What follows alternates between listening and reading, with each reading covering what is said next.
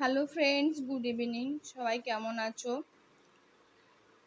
তো আজকে সারাদিন কোনো ভিডিও পোস্ট করা হয়নি সন্ধেবেলা, তাই একটু ভাবলাম যে আমি যেটা রান্না করছি সেটা নিয়ে একটা ভিডিও বানাই।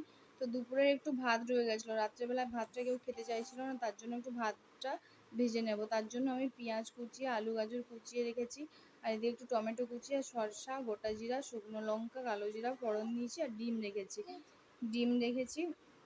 তো ডিমটা তোমরা চাইলে কেউ আগে আগে ভেজে নিতে পারো। আমি আগে ভাজিনি, কারণ আমি তাড়াহুড়ো করে করছিলাম।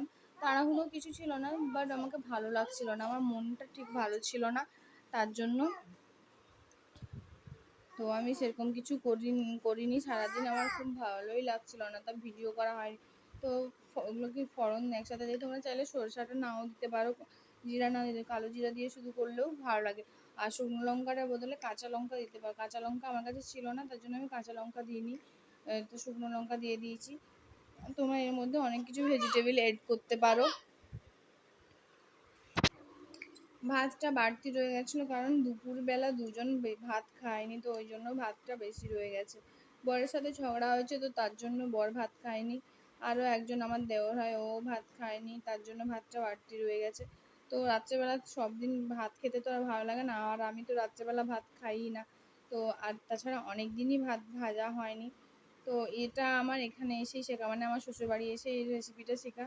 তো অনেকবার করে খেয়েছি, বেশ ভালোই লাগে। কিন্তু আজকেও একটু খাবো, তো অনেকদিন করিনি, তাই ভাবলাম আজকে একটু ভাতটা ভেজেই দিই। নুন হলুদ দিয়ে আমি একদম ডাইরেক্ট ভেজে নিচ্ছি সব কিছু, মানে পেঁয়াজটা আগে ভেজে নিয়ে তারপরে আলু গাজরগুলো ভেজে নিচ্ছি। তো তোমরা চাইলে পরে পেঁয়াজ দিতে পারো, আলু গাজর ভেজে নেওয়ার পর পেঁয়াজটাও দিতে পারো। যে যেমনভাবে আলু ভাজা টাজা করো সে সেরকমভাবে ভেজে নেবে। তো আর ডিমটা আগের থেকে চাউমিনের মতো ভেজে রাখতে পারো। আমি সব একসাথেই করে নিচ্ছি।